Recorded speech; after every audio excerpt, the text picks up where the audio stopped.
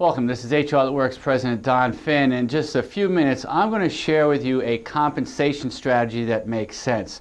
Now, in my dealing with so many business owners, one of the greatest concerns, because what comes out of more than pocket than anything else, is how much they have to pay their workforce. You know, it's probably the number one line item they have.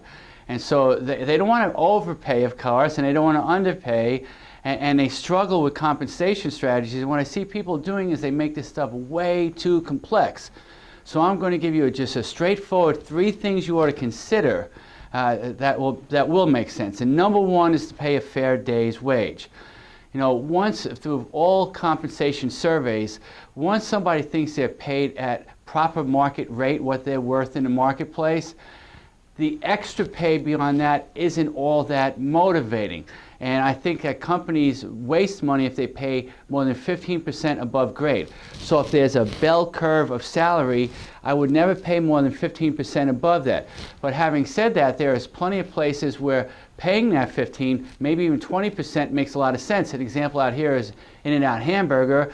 They're able to attract the very best young people into the retail fast food industry because they pay $2 an hour more than anybody else.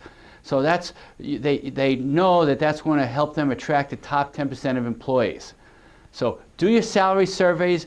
What you pay them isn't what the market bears, is what they can go get a job for someplace else at. So you do your salary surveys, you work through your employers group, you go to salary.com. There's a bunch of different ways to get that information. That's paying a fair day's wage.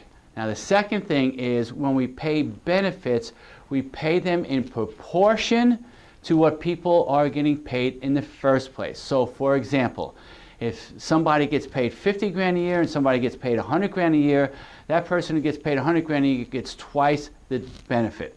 So that we reward team incentive with those bonuses, not individual incentive. We reward team incentive. The rising tide floats all boats. When we do our surveys in HR That Works, people tell us that where there's a low trust environment, how do you think they want to be incentivized? Individually. Where there's a high trust environment, they want to be incentivized as a team. And I've got to believe that you incentivize as a team, you also help generate more of the trust.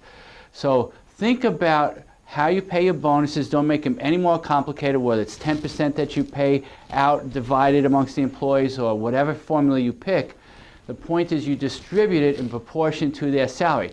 Now if you think one person did a great job compared to another person, come January 1 or whenever your cycle is, then you maybe adjust their salary or their wage, but you don't monkey with it on the benefit side. I've just seen that play too many times.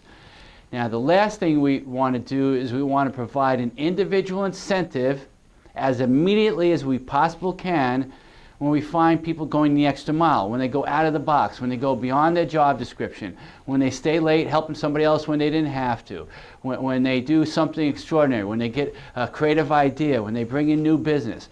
You want to incentivize individually, and you want to do it as soon as humanly possible, because as we say, you want to reward what you want to reinforce. Now to me, that's the rule that makes plain common sense. That's how I would want to be motivated. Probably most of you want to be motivated. I'm getting paid a fair day's wage.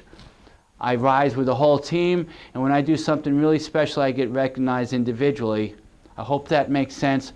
Hope to see you on our next webinar. Take care.